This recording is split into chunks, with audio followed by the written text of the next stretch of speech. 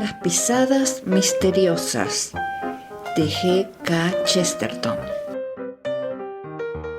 Si alguna vez, lector, te encuentras con un individuo de aquel selectísimo club de los 12 pescadores legítimos cuando se dirige al Vernon Hotel a la reglamentaria comida anual, advertirás en cuanto se despoje del gabán que su traje de noche es verde y no negro. Si, suponiendo que tengas la inmensa audacia de dirigirte a él, le preguntas el por qué, contestará probablemente que lo hace para que no le confundan con un camarero, y tú te retirarás desconcertado, pero te habrás dejado atrás un misterio todavía no resuelto y una historia digna de contarse. Si, para seguir en esta vena de conjeturas improbables, te encuentras con un curita muy afable y muy activo, llamado el padre Brown, y le interrogas sobre lo que él considera como la mayor suerte que ha tenido en su vida, tal vez te conteste que su mejor aventura fue la del Vernon Hotel, donde logró evitar un crimen y acaso salvar un alma gracias al sencillo hecho de haber escuchado unos pasos por el pasillo. Está en cierto modo orgulloso de la perspicacia que entonces demostró y no dejará de referirte el caso. Pero, como es de todo punto inverosímil que logres elevarte tanto en la escala social para encontrarte con algún individuo de los 12 pescadores legítimos, o que te rebajes lo bastante entre los pillos y criminales para que el padre Brown dé contigo, me temo que nunca conozcas la historia a menos que la oigas de mis labios. El Vernon Hotel, donde celebran sus banquetes anuales los 12 pescadores legítimos, era una de esas instituciones que solo existen en el seno de una sociedad oligárquica, casi enloquecida de buenas maneras. Era algo de todo punto monstruoso, una empresa comercial exclusiva. Quiere decir que no pagaba por atraer a la gente, sino por alejarla. En el corazón de una plutocracia, los comerciantes acaban por ser bastante sutiles para sentirse más escrupulosos todavía que sus clientes. Crean positivas dificultades a fin de que su clientela rica y aburrida gaste dinero y diplomacia en disfrutar de ellos. Si hubiera en Londres un hotel elegante donde no fueran admitidos los hombres menores de 6 pies, la sociedad organizaría dócilmente grupos de hombres de 6 pies para ir a cenar al hotel. Si hubiera un restaurante caro que por capricho de su propietario solo se abriera los jueves por la tarde, lleno de gente se vería los jueves por la tarde. El Vernon Hotel estaba situado en la esquina de una plaza en el barrio de Belgravia. Era un hotel pequeño y muy incómodo, pero sus mismas incomodidades servían de muros protectores para una clase particular. Uno de sus inconvenientes, sobre todo, era considerado como cosa de vital importancia: el hecho de que solo podían comer simultáneamente en aquel sitio 24 personas. La única mesa grande era la célebre mesa de la terraza, al aire libre, en una galería que daba sobre uno de los más exquisitos jardines del antiguo Londres. De modo que los 24 asientos de aquella mesa solo podían disfrutarse en tiempo de verano, y esto, al dificultar el placer, lo hacía más deseable. El dueño del negocio era entonces un judío llamado Lever, y le sacaba al hotel casi 1 millón mediante el procedimiento de hacer difícil su acceso. Cierto que esta limitación de la empresa estaba compensada por el servicio más cuidadoso. Los vinos y la cocina eran de lo mejor de Europa, y la conducta de los criados correspondía exactamente a las maneras estereotipadas de las clases altas inglesas. El amo conocía a sus criados como a los dedos de sus manos. No había más que 15 en total. Era más fácil llegar a miembro de parlamento que a camarero de aquel hotel. Todos estaban educados en el más terrible silencio y la mayor amabilidad, como criados de caballeros. y realmente, por lo general, había un criado para cada caballero de los que allí comían. Y solo allí podían consentir en comer juntos los 12 pescadores legítimos, porque eran muy exigentes en materia de comodidades privadas, y la sola idea de que los miembros de otro club comieran en la misma casa los hubiera molestado mucho. Con ocasión de sus banquetes anuales, los pescadores tenían la costumbre de exponer todos sus tesoros como si estuvieran en su casa, y especialmente el famoso juego de cuchillos y tenedores de pescado, que era, por decirlo así, la insignia de la sociedad, y en el que cada pieza había sido labrada en plata bajo forma de pez y tenía en el puño una gran perla. Este juego se reservaba siempre para el plato de pescado, y este era siempre el más magnífico plato de aquellos magníficos banquetes. La sociedad observaba muchas reglas y ceremonias, pero no tenía ni historia ni objeto, por eso era tan aristocrática. No había que hacer nada para pertenecer a los 12 pescadores, pero si no se era ya persona de cierta categoría, no había la más mínima esperanza de oír hablar de ellos. Hacía 12 años que la sociedad existía. Presidente, el señor Audley. Vicepresidente, el duque de Chester. Si he logrado describir el ambiente de este extraordinario hotel, el lector experimentará un legítimo asombro al verme tan bien enterado de cosa tan inaccesible, y mucho más se preguntará cómo una persona tan ordinaria como mi amigo el padre Brown pudo tener acceso a aquel dorado paraíso. Pero en lo que a estos puntos se refiere, mi historia resulta sencilla y hasta vulgar. Hay en el mundo un agitador y demagogo, ya muy viejo, que se desliza hasta los más refinados interiores, contándoles a todos los hombres que son hermanos, y dondequiera que va este nivelador montado en su pálido bridón, el padre Brown tiene por oficio seguirlo. Uno de los criados, un italiano, sufrió una tarde un ataque de parálisis, y el amo, judío, aunque maravillado de tales supersticiones, consintió en mandar traer a un sacerdote católico. Lo que el camarero confesó al padre Brown no nos concierne, por la sencilla razón de que el sacerdote se lo ha callado. Pero, según parece, aquello le obligó a escribir cierta declaración para comunicar cierto mensaje o enderezar algún entuerto. El padre Brown, en consecuencia, con un impudor humilde, como el que hubiera mostrado en el palacio de Buckingham, pidió que se le proporcionara un cuarto y papel de escribir. El señor Lever sintió como si lo partieran en dos. Era hombre amable y tenía también esa falsificación de la amabilidad, el temor de provocar dificultades o escenas.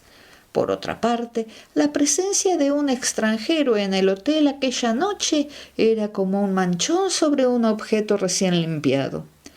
Nunca había habido antesala o sitio de espera en el Vernon Hotel. Nunca había tenido que aguardar nadie en el vestíbulo, puesto que los parroquianos no eran hijos de la casualidad. Había 15 camareros, había 12 huéspedes. Recibir aquella noche a un huésped nuevo sería tan extraordinario como encontrarse a la hora del almuerzo o del té con un nuevo hermano en la propia casa. Sin contar con que la apariencia del cura era muy de segundo orden y su traje tenía manchas de lodo.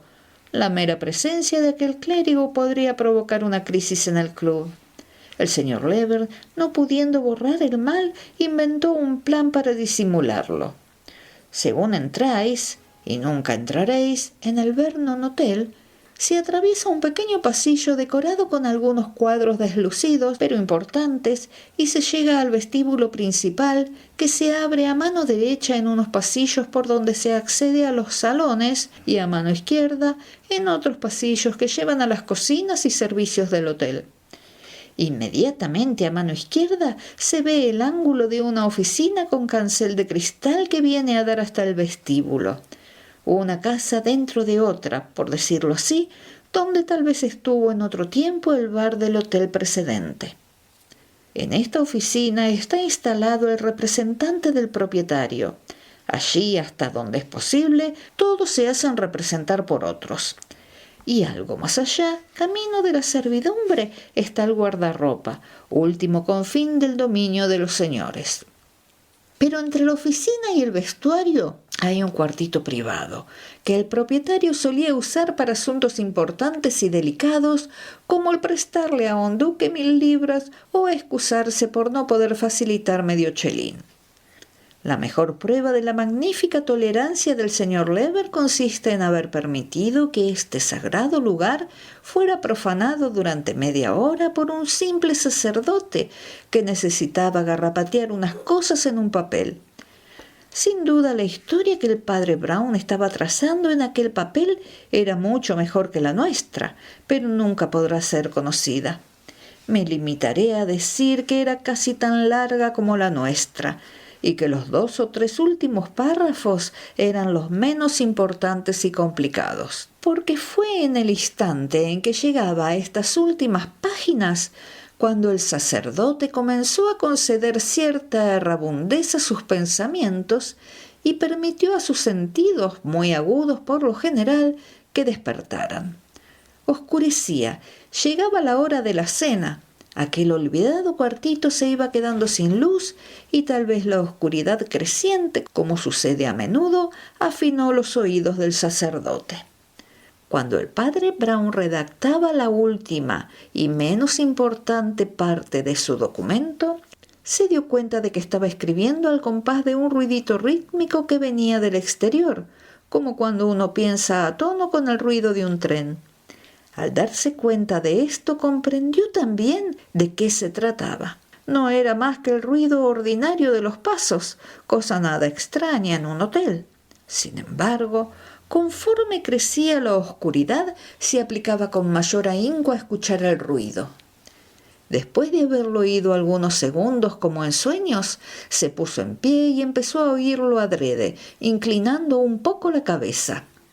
Después se sentó otra vez y hundió la cara entre las manos, no solo para escuchar, sino para escuchar y pensar. El ruido de los pasos era el ruido propio de un hotel. Con todo, en el conjunto del fenómeno había algo extraño. Más pasos que aquellos no se oían. La casa era de ordinario muy silenciosa, porque los pocos huéspedes habituales se recogían a la misma hora y los bien educados servidores tenían orden de no molestar mientras no se los necesitase. No había sitio en que fuera más difícil sorprender la menor irregularidad, pero aquellos pasos eran tan extraños que no sabía uno si llamarlos regulares o irregulares.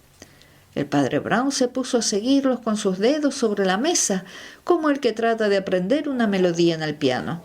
Primero se oyó el ruido de pasitos apresurados, diríase un hombre de peso ligero en un concurso de paso rápido. De pronto los pasos se detuvieron y recomenzaron lentos y vacilantes.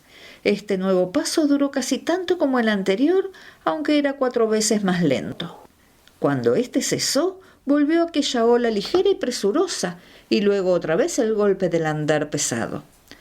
Era indudable que se trataba de un solo par de botas, tanto porque, como ya hemos dicho, no se oía otro andar, como por cierto rechinido inconfundible que a éste acompañaba. El padre Brown tenía un espíritu que no podía menos de plantearse interrogantes, y ante aquel problema aparentemente trivial se puso nerviosísimo. Había visto hombres que corrían para dar un salto y hombres que corrían para deslizarse. ¿Pero era posible que un hombre corriera para andar o bien que anduviera para correr? Sin embargo, aquel invisible par de piernas no parecía hacer otra cosa. Aquel hombre o corría medio pasillo para andar después el otro medio, o andaba medio pasillo para darse después el gusto de correr el otro medio. En uno u otro caso, aquello era absurdo, y el espíritu del padre Brown se oscurecía cada vez más como su cuarto.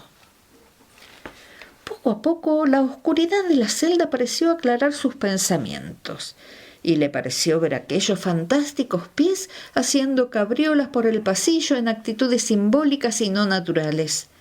¿Se trataba acaso de una danza religiosa pagana? ¿O era alguna nueva especie de ejercicio científico? El padre Brown se preguntaba a qué ideas podían exactamente corresponder aquellos pasos. Consideró primero el compás lento. Aquello no correspondía al andar del propietario. Los hombres de su especie andan con decisión o no se mueven. Tampoco podía ser el andar de un criado o mensajero que espera órdenes. No sonaba eso. En una oligarquía las personas subordinadas suelen tambalearse cuando están algo ebrias, pero generalmente, y sobre todo en sitios tan imponentes como aquel, o se están quietas o adoptan una marcha forzada. Aquel andar pesado y sin embargo elástico, que parecía lleno de descuido y de énfasis, no muy ruidoso pero tampoco excesivamente preocupado de no hacer ruido, solo podía pertenecer a un animal en la tierra. Era el andar de un caballero de la Europa occidental y tal vez de un caballero que nunca había tenido que trabajar para ganarse la vida.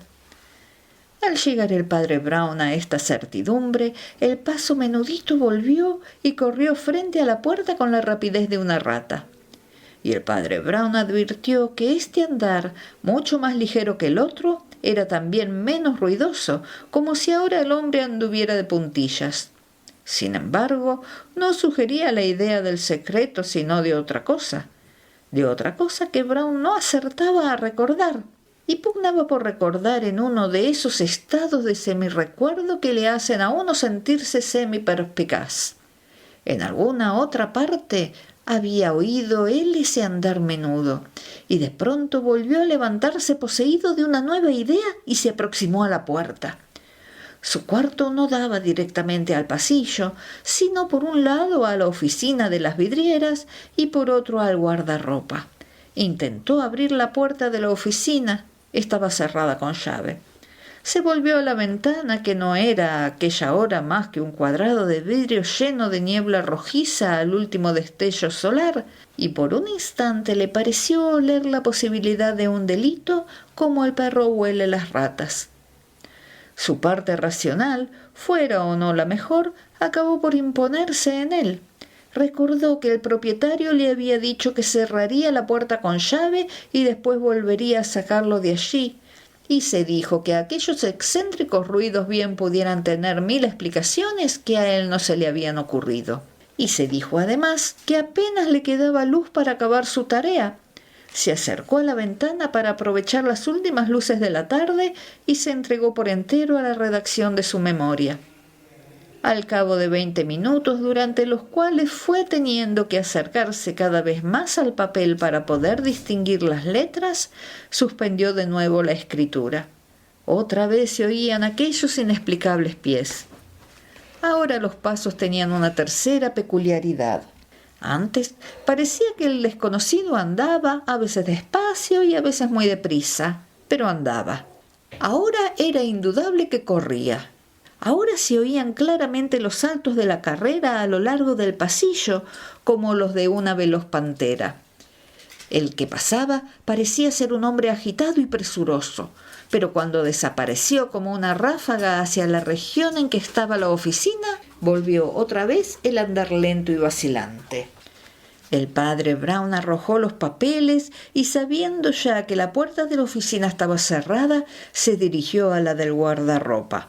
El criado estaba ausente por casualidad, tal vez porque los únicos huéspedes de la casa estaban cenando y su oficio era una sinecura.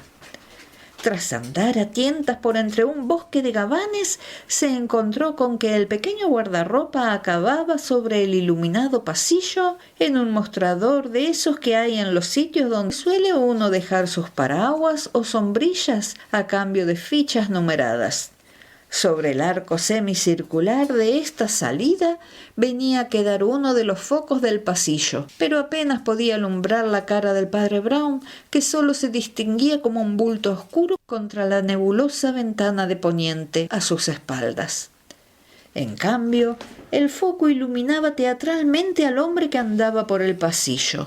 Era un hombre elegante, vestido de frac. Aunque alto, no parecía ocupar mucho espacio. Se diría que podía escurrirse como una sombra por donde muchos hombres más pequeños no hubieran podido pasar. Su cara, iluminada a plena luz, era morena y viva, parecía extranjero. De buena presencia, era atractivo e inspiraba confianza. El crítico solo hubiera dicho de él que aquel traje negro era una sombra que oscurecía su cara y su aspecto y que le hacía unos bultos y bolsas desagradables. Al ver la silueta negra de Brown, sacó un billete con un número y dijo con amable autoridad: «Deme mi sombrero y mi gabán, tengo que salir al instante». El padre Brown, sin rechistar, tomó el billete y fue a buscar el gabán. No era la primera vez que hacía de criado. Trajo lo que le pedían y lo puso sobre el mostrador. El caballero, que había estado buscando en el bolsillo del chaleco, dijo sonriendo: «No encuentro nada de plata, tome usted esto». Y le dio media libra esterlina y tomó su sombrero y su gabán. La cara del padre Brown permaneció impávida, pero él perdió la cabeza. Siempre el padre Brown valía más cuando perdía la cabeza. En tales momentos sumaba 2 y 2 y sacaba un total de 4 millones. Esto, la Iglesia Católica, que está prendada del sentido común, no siempre lo aprueba. Tampoco lo aprobaba siempre el padre Brown. Pero ello era cosa de inspiración, muy importante en las horas críticas, horas en que solo salvará su cabeza el que la haya perdido. «Me parece, señor», dijo con mucha cortesía, «que ha de llevar usted plata en los bolsillos».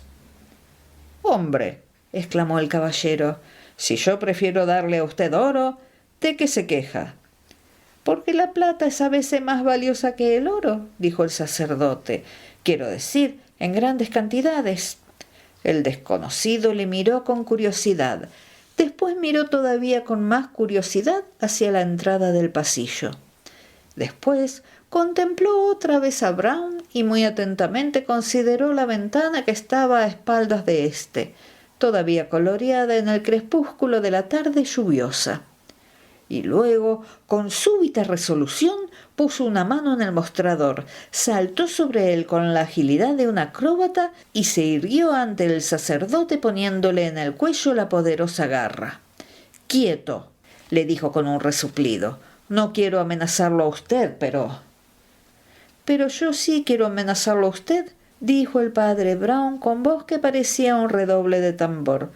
«Yo quiero amenazarlo a usted con los calores eternos y con el fuego que no se extingue». «Es usted», dijo el caballero, «un extraño bicho de guardarropa». «Soy un sacerdote, señor Flambeau», dijo Brown, «y estoy dispuesto a escuchar su confesión». El otro se quedó un instante desconcertado y luego se dejó caer en una silla. Los 2 primeros servicios habían transcurrido en medio de un éxito placentero. No poseo copia del menú de los 12 pescadores legítimos, pero si la poseyera, no aprovecharía a nadie, porque aquello estaba escrito en una especie de superfrancés de cocinero completamente ininteligible para los franceses. Una de las tradiciones del club era la abundancia y variedad abrumadora de los hors d'oeuvre. Se los tomaba muy en serio, por lo mismo que son números extra, inútiles, como aquellos mismos banquetes y como el mismo club. También era tradicional que la sopa fuera ligera y de pocas pretensiones, algo así como una vigilia austera y sencilla, en previsión del festín del pescado que venía después. La conversación era esa conversación extraña, trivial, que gobierna al Imperio Británico, que lo gobierna en secreto, y que sin embargo resultaría poco ilustrativa para cualquier inglés ordinario, suponiendo que tuviera el privilegio de oírla. A los ministros del gabinete se los designaba por su nombre de pila, con cierto aire de benignidad y aburrimiento. Al canciller real del Tesoro, a quien todo el partido Tory maldecía a la sazón por sus exacciones continuas, lo elogiaban por los versitos que solía escribir o por la montura que usaba en las cacerías. Al jefe de los Tories, odiado como tirano por todos los liberales, le cuestionaban y finalmente lo elogiaban por su espíritu liberal.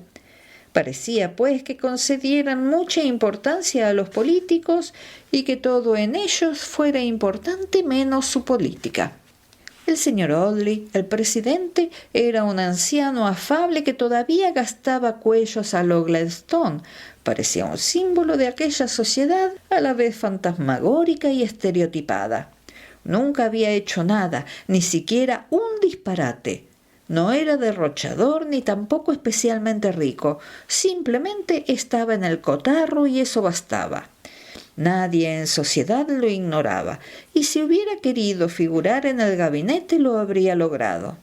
El duque de Chester, vicepresidente, era un joven político en marea creciente. Quiere decir que era un joven muy agradable, con una cara llana y pecosa, de inteligencia moderada y dueño de vastas posesiones. En público siempre tenía éxito, mediante un principio muy sencillo. Cuando se le ocurría un chiste lo soltaba, y todos opinaban que era muy brillante. Cuando no se le ocurría ningún chiste, decía que no era momento de bromear, y todos opinaban que era muy juicioso. En lo privado, en el seno de un club de su propia clase, se conformaba con ser lo más francote y bobo posible, como un buen chico de escuela. El señor Audley, que nunca se había metido en política, trataba estas cosas con una seriedad relativa. A veces hasta ponían aprietos a la compañía, dando a entender, por algunas frases, que entre liberales y conservadores existía cierta diferencia. En cuanto a él, era conservador hasta en la vida privada. Le caía sobre la nuca una ola de cabellos grises, como a ciertos estadistas a la antigua, y visto de espaldas parecía exactamente el hombre que necesitaba la patria. Visto de frente, parecía un solterón afable, tolerante consigo mismo y con aposento en el Albany, como era la verdad. Como ya se ha dicho, la mesa de la terraza tenía 24 asientos y el club solo constaba con 12 miembros, de modo que éstos podían instalarse muy a sus anchas del lado interior de la mesa, sin tener enfrente a nadie que les quitara la vista del jardín, cuyos colores eran todavía perceptibles, aunque ya se anunciaba la noche, y algo tétrica, por cierto, para lo que hubiera sido propio de la estación. En el centro de la línea estaba el presidente y el vicepresidente en el extremo derecho. Cuando los 12 individuos se dirigían a sus asientos, era costumbre, quién sabe por qué razones, que los 15 camareros se alinearan en la pared como tropa que presenta armas al rey, mientras que el obeso propietario se inclinaba ante los huéspedes, fingiéndose muy sorprendido por su llegada, como si nunca hubiera oído hablar de ellos. Pero antes de que se oyera el primer tintineo de los cubiertos, el ejército de criados desaparecía y solo quedaban 1 o 2, los indispensables para distribuir los platos con toda rapidez y en medio de un silencio mortal. El señor Lever, el propietario, desaparecía también entre zalemas y convulsiones de cortesía. Sería exagerado y hasta irreverente el decir que volvía a dejarse ver de sus huéspedes, pero a la hora del plato más solemne, del plato de pescado, se sentía algo, ¿cómo decirlo? Se sentía en el ambiente una vívida sombra, una proyección de su personalidad que anunciaba que el propietario andaba rondando por allí cerca. A los ojos del vulgo, aquel sagrado plato no era más que una especie de monstruoso pudín, de aspecto y proporciones de un pastel de boda, donde un considerable número de interesantísimos peces habían perdido la forma que Dios le dio. Los 12 pescadores legítimos empuñaban sus famosos cuchillos y tenedores y atacaban el manjar tan cuidadosamente, cual si cada partícula del pudín costara tanto como los mismos cubiertos con que comían. Y en efecto, creo que costaba tanto. Y el servicio de honor transcurría en el más profundo silencio devorador.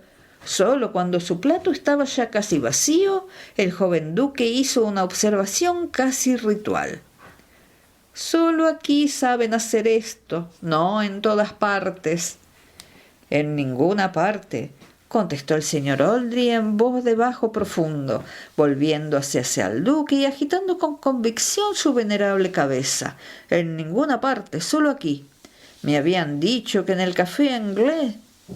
Le interrumpió un instante el criado que le cambiaba el plato, pero retomó el hilo precioso de sus pensamientos. Me habían dicho que en el café anglés lo hacían igual. Y nada, señor mío, añadió sacudiendo la cabeza como un pelele. Es cosa muy diferente. Sitio elogiado más de lo justo, observó un tal coronel Pound, a quien por primera vez oía hablar su interlocutor desde hacía varios meses. No sé, dijo el duque de Chester, que era un optimista. Yo creo que es una cocina buena para algunas cosas. No es posible superarla, por ejemplo, en... Un criado llegó en ese instante, escurriéndose presuroso junto a la pared, y después se quedó inmóvil, y todo con el mayor silencio. Pero aquellos caballeros vagos y amables estaban tan hechos a que la invisible maquinaria que rodeaba y sostenía sus vidas funcionara con absoluta suavidad, que aquel acto inesperado los sobresaltó como un chirrido. Y sintieron lo que tú y yo, lector, sentiríamos si nos desobedeciera el mundo inanimado, si, por ejemplo, echara a correr una silla. El camarero se quedó inmóvil unos segundos y en todas las caras apareció una expresión inexplicable de rubor que es producto característico de nuestro tiempo, un sentimiento en que se combinan las nociones de humanitarismo moderno con la idea del enorme abismo que separa al rico del pobre. Un aristócrata genuino le hubiera tirado algo a la cabeza al triste camarero, comenzando por las botellas vacías y acabando probablemente por algunas monedas. Un demócrata genuino le hubiera preguntado al instante, con una claridad llena de crudo compañerismo, ¿qué diablo se le había perdido allí? Pero aquellos plutócratas modernos no sabían tratar al pobre, ni como se trata al esclavo, ni como se trata al amigo. De modo que una equivocación de la servidumbre los sumergía en un profundo, bochornoso embarazo. No querían ser brutales y temían verse en el caso de ser benévolos. Y todos interiormente desearon que aquello desapareciera. Y aquello desapareció. El camarero, tras quedarse unos instantes más rígido que un cataléptico, dio media vuelta y salió escapado. Cuando reapareció en la galería, o más bien en la puerta, venía acompañado de otro con quien secreteaba algo, gesticulando con animación meridional. Después, el primer camarero se fue, dejando en la puerta al segundo, y a poco reapareció acompañado de un tercero. Y cuando un instante después un cuarto camarero se aproximó al sínodo, el señor Audley creyó conveniente, en interés del tacto, romper el silencio. A guisa de mazo presidencial usó una tos estrepitosa y dijo: «Es espléndido lo que hace en Birmania el joven Mutcher. No hay otra nación en el mundo que pueda...». Un quinto camarero vino hacia él como una saeta y le susurró al oído: «Un asunto muy urgente, muy importante. ¿Puede el propietario hablar con el señor?». El presidente se volvió muy desconcertado y con ojos de pánico vio que se encaminaba hacia él el señor Lever, con aquella su difícil presteza. Aunque este era su paso habitual, su cara estaba muy alterada. Generalmente su cara era de cobre oscuro y ahora parecía de un amarillo enfermizo. «Dispénseme usted, señor Audley», dijo con fatiga de asmático. «Estoy muy asustado. ¿Con los platos de pescado de los señores se llevaron también los cubiertos?». «Sí, naturalmente», contestó el presidente con cierto calor. «¿Y lo vieron ustedes?», jadeó el amo espantado. «¿Vieron ustedes al criado que se lo llevó? ¿Lo conocen ustedes?». «¿Conocer al camarero?», contestó indignado el señor Audley. «No, por cierto». El señor Lever abrió los brazos con ademán agónico. «No lo mandé yo», exclamó. «No sé de dónde ni cómo vino. Cuando yo mandé a mi camarero a recoger el servicio, se encontró con que ya lo había recogido alguien antes». El señor Audley tenía un aire demasiado azorado para ser el hombre que le estaba haciendo falta a la patria. Nadie pudo articular una palabra excepto el hombre de palo, el coronel Pound, que parecía galvanizado en una actitud artificial. Se levantó rígido, mientras los demás permanecían sentados, se afianzó el monóculo y habló así, en un tono enronquecido, como si se le hubiera olvidado hablar. ¿Quiere usted decir que alguien ha robado nuestro servicio de plata? El propietario repitió el ademán de los brazos, todavía con más desesperación, y de un salto todos se pusieron de pie. ¿Están presentes todos sus criados?, preguntó el coronel con su voz dura y fuerte. Sí, aquí están todos, ya lo he advertido, dijo el joven duque, adelantando la cara hacia el interior del coro. Yo los cuento siempre al llegar, cuando están ahí formados junto a la pared. Con todo, no es fácil que uno se acuerde exactamente, comenzó el señor Audley. Sí, me acuerdo exactamente, gritó el duque. Nunca ha habido aquí más de 15 camareros, y los 15 estaban hoy aquí, puedo jurarlo, ni uno más ni uno menos. El propietario se volvió hacia él con un espasmo de sorpresa y tartamudeó. ¿Dice usted que vio usted a mis 15 camareros? Como de costumbre, asintió el duque. ¿Qué tiene eso de extraño? Nada, dijo Lever con un profundo acento, sino que es imposible, porque uno de ellos ha muerto hoy mismo en el piso alto. Espantoso silencio. Es tan sobrenatural la palabra muerte que probablemente todos aquellos ociosos caballeros examinaron su alma por un instante y su alma les apareciera más miserable que un guisante marchito. Uno de ellos, tal vez el duque, hasta dijo con la estúpida amabilidad de la riqueza: ¿podemos hacer algo por él? Y el judío, a quien estas palabras conmovieron, contestó: lo ha auxiliado un sacerdote. Y entonces, como al tañido de la trompeta del juicio, se dieron todos cuenta de su verdadera situación. Por algunos segundos no habían podido menos de sentir que el camarero número 15 era el espectro del muerto que había venido a sustituirlo, y aquel sentimiento los ahogaba porque los espectros eran para ellos tan incómodos como los mendigos. Pero el recuerdo de la plata rompió el sortilegio brutalmente, haciendo volver a todos a la realidad. El coronel arrojó su silla y se encaminó hacia la puerta. Amigos míos, dijo, si hay un camarero número 15, ese es el ladrón. Todo el mundo a las puertas para impedir la salida, y después se hará otra cosa. Las 24 perlas del club bien merecen que nos molestemos un poco. El señor Audley vaciló, pensando si sería propio de caballeros el darse prisa, aun en semejante circunstancia, pero al ver que el duque se lanzaba a las escaleras con juvenil ardor, le siguió, aunque con ímpetu más acorde con sus años. En ese instante, un sexto camarero entró a decir que acababa de encontrar la pila de platos en un aparador, pero sin la menor huella de los cubiertos. La multitud de huéspedes y criados, desbordada sin concierto por los pasillos, se dividió en dos grupos. Los más de los pescadores siguieron al propietario hasta la puerta del frente para averiguar si alguien había salido. El coronel Pound, con el presidente y el vicepresidente y uno o dos más, se dirigieron al corredor rumbo a los cuartos del servicio por parecerles un camino más probable para la fuga. Y al pasar junto a la salita o caverna que servía de guardarropa, vieron la figura de un hombre pequeño, vestido de negro, un criado al parecer, que estaba difuminado en la sombra. «Hola, aquí», llamó el duque. «¿Ha visto usted pasar a alguien?» El hombrecito no contestó directamente, pero dijo: «Caballeros, tal vez haya encontrado ya lo que ustedes buscan». Se detuvieron todos asombrados y dudosos, y el hombrecito se dirigió tranquilamente al interior del guardarropa y volvió de allá con las manos llenas de reluciente plata, que depositó sobre el mostrador con la calma de un comerciante. Y entonces se vio que aquella plata era una docena de pares de cubiertos de elegantísima forma. «Usted», balbuceó el coronel, perdido por primera vez el aplomo, y se asomó al cuartito para observar mejor y pudo descubrir dos cosas.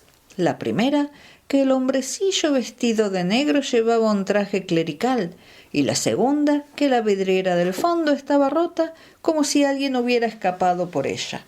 Cosas de mucho valor para depositarlas en un guardarropa, ¿no es verdad?, observó el sacerdote con una plácida moderación. ¿Usted robó esto?, tartamudeó el señor Audley con ojos relampagueantes. Si fuera así, dijo el clérigo en tono burlón, por lo menos ya lo he devuelto. Pero no fue usted, dijo el coronel Pound sin quitar los ojos de la vidriera rota. Para hablar claro de una vez, contestó el cura humorísticamente, no he sido yo. Y con afectada gravedad se sentó en un taburete que tenía al lado. En todo caso, usted sabe quién fue, advirtió el coronel. Su verdadero nombre lo ignoro, continuó el otro plácidamente, pero algo conozco de su fuerza para el combate y de sus problemas espirituales. Me hice idea la primera vez cuando trató de estrangularme y de los segundos cuando se arrepintió. ¡Hombre! ¿Con qué se arrepintió?, gritó el joven Chester con un alarde de risa. El padre Brown se puso de pie llevando las manos a la espalda. Muy extraño, ¿verdad?, dijo. Es muy raro que un vagabundo aventurero se arrepienta cuando tantos que viven entre la seguridad y las riquezas continúan su vida frívola, estéril para Dios y para los hombres. Pero aquí, si usted me permite, le advertiré que invade usted mis terrenos. Si duda usted de la verdad en la penitencia, no tiene usted más que ver esos cuchillos y tenedores. Ustedes son los 12 pescadores legítimos y ahí tienen ya su servicio para el pescado. En cuanto a mí, él me hizo pescador de hombres. ¿Ha ocultado usted a ese hombre?, preguntó el coronel arrugando el ceño. El padre Brown le miró a la cara abiertamente. Sí, contestó, yo lo he pescado con anzuelo invisible y con hilo que nadie ve, y que es lo bastante largo para permitirle errar por los confines del mundo sin que por eso se libere. Hubo un largo silencio. Los presentes se alejaron para llevar a sus camaradas la plata recobrada o consultar el caso con el propietario, pero el coronel de la cara gesticulante se sentó en el mostrador, dejando colgar sus largas piernas y mordiéndose los bigotes. Y al fin dijo con mucha calma: Ese hombre ha de ser muy inteligente, pero yo creo conocer a otro que lo es más todavía. Sí, ese hombre es muy inteligente, contestó el cura. Pero el otro a quien usted se refiere es usted, dijo el coronel sonriendo. Yo no tengo especial empeño en ver al ladrón encarcelado. Haga usted con él lo que guste, pero de buena gana daría yo muchos tenedores de plata por saber cómo logró hacer esto y cómo logró usted sacarle la plata. Me está usted resultando más listo que el mismo demonio. El padre Brown supo saborear el candor algo saturnino del soldado. Bueno, le contestó sonriendo, yo no puedo decirle a usted todo lo que sé, por la confesión, sobre la persona y hechos de ese sujeto, pero no tengo razones para ocultarle lo que de él he descubierto por mi propia cuenta. Y diciendo esto, saltó con agilidad sobre el mostrador, sentándose junto al coronel Pound y moviendo sus piernecitas como un niño, y comenzó su historia con tanta naturalidad como si contara cuentos a un viejo amigo junto a la hoguera de Navidad. Pero usted, coronel, estaba yo encerrado en ese gabinetito escribiendo cuando oí unas pisadas por el corredor, tan misteriosas que parecían la danza de la muerte. Primero unos pasitos rápidos y graciosos como de hombre que anda en puntillas. Después unos pasos lentos, descuidados, crujientes, como de hombre que pasea fumando un cigarro. Pero ambos provenían de los mismos pies, yo lo hubiera jurado, y se alternaban, primero la carrerita y después el paseo, y otra vez la carrerita. Me llamó la atención y al fin me llenó de inquietud el hecho de que un mismo hombre diera las 2 especies de pasos.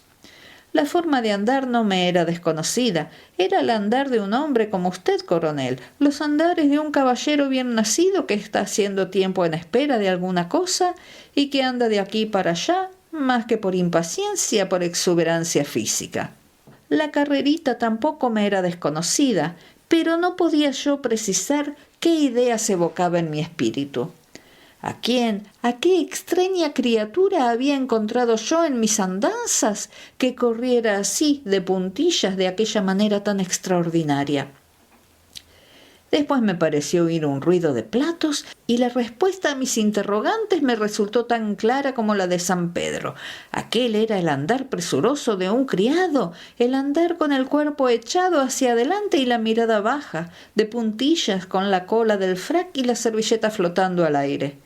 Medité un poco y creí descubrir y representarme el delito tan claramente como si yo mismo fuera a cometerlo. El coronel Pound lo miró con desconfianza, pero los mansos ojos grises del cura contemplaban el cielo raso con la mayor inocencia. Un delito, continuó lentamente, es como cualquier otra obra de arte. No se extrañe usted de lo que digo. Los crímenes y delitos no son las únicas obras de arte que salen de los talleres infernales. Pero toda obra de arte, divina o diabólica, tiene un elemento indispensable, que es la simplicidad esencial, aun cuando el procedimiento pueda ser complicado.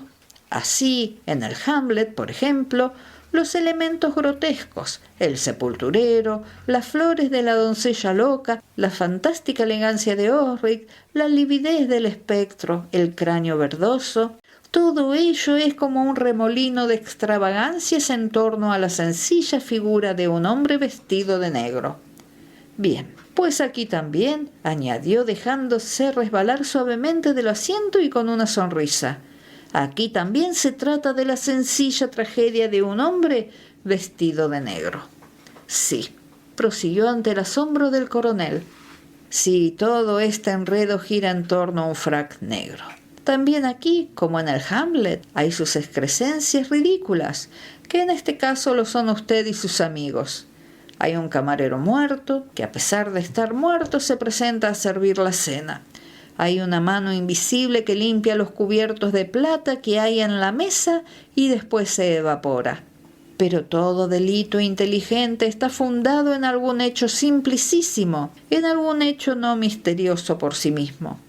Y el engaño ulterior no tiene más fin que encubrirlo desviando de él los pensamientos de los hombres. Este delito sutil, generoso y que en otras circunstancias hubiera resultado muy provechoso, estaba fundado en el hecho sencillísimo de que el frac de un caballero es igual al frac de un camarero, y todo lo demás fue ejecución y representación, aunque eso sí, de lo más fino. Alto, dijo el coronel poniéndose en pie y contemplando, siempre con ceño fruncido, sus relucientes botas. No sé si he entendido bien. Coronel, dijo el padre Brown, le aseguro a usted que ese arcángel de impudor que robó los cubiertos anduvo de aquí para allá por este corredor y a plena luz, lo menos unas 20 veces y a la vista de todo el que quiso verlo. No se ocultó en los rincones donde la sospecha pudo ir a buscarlo, sino que anduvo paseando en los pasillos iluminados y dondequiera que le sorprendiera parecía estar por su propio derecho. No me pregunte usted cómo era. 6 o 7 veces lo habrá usted visto, sin duda. Usted y sus amigos estaban en el salón vestíbulo que se encuentra entre este corredor y la terraza, ¿no es eso? Pues bien, cuando nuestro hombre se acercaba a ustedes, a los caballeros, caminaba con la ligereza de un criado, con la cabeza baja, columpiando la servilleta y con pies presurosos.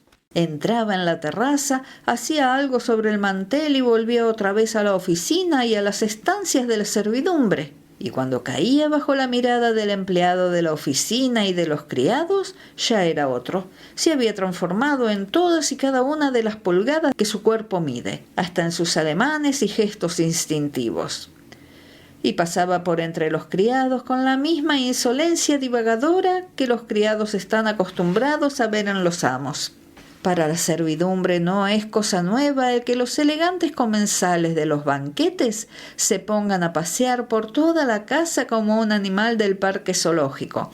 Nada es de mejor gusto y más distinción que el pasear por donde a uno le da la gana.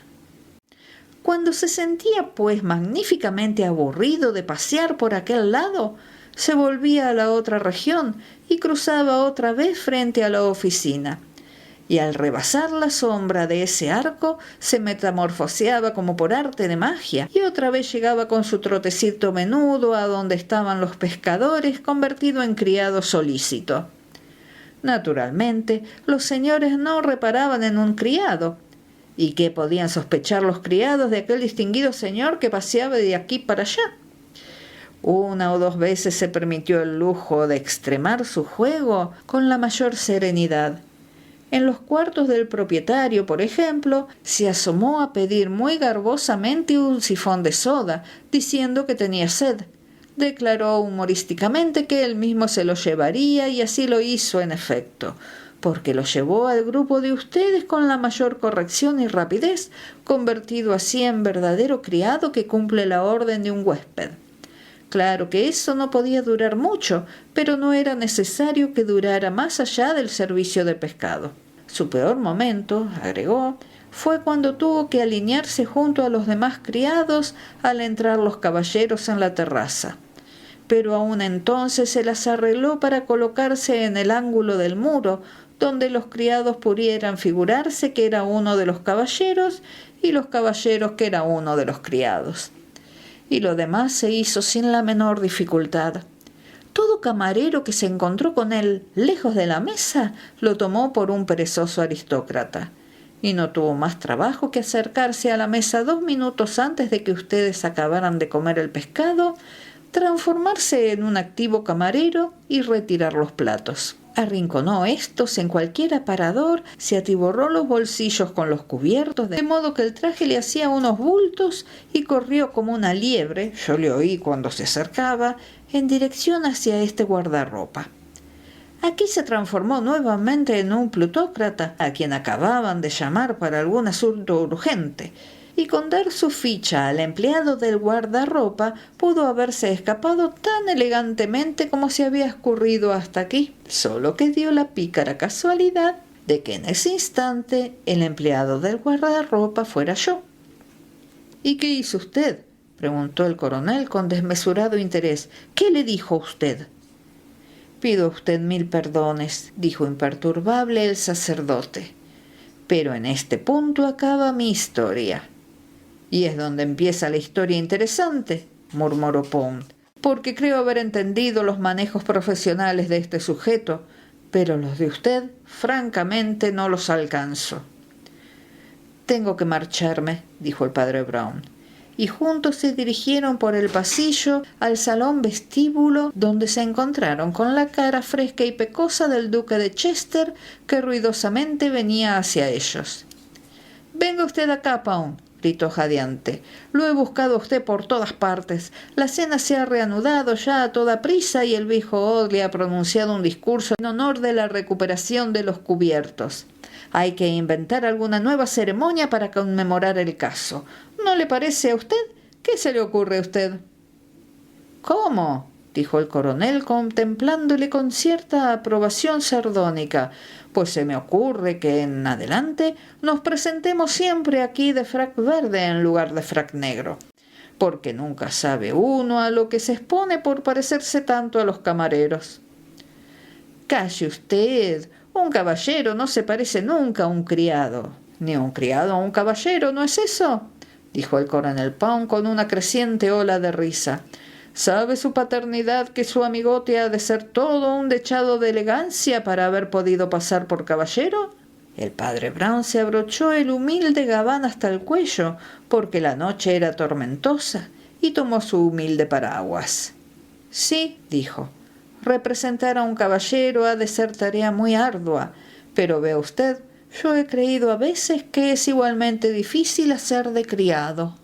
Y diciendo buenas noches, empujó las pesadas puertas del Palacio de los Placeres. Las puertas de oro se cerraron tras él y echó a andar a toda prisa por calles húmedas y oscuras en busca del ómnibus cuyo billete costaba un penique.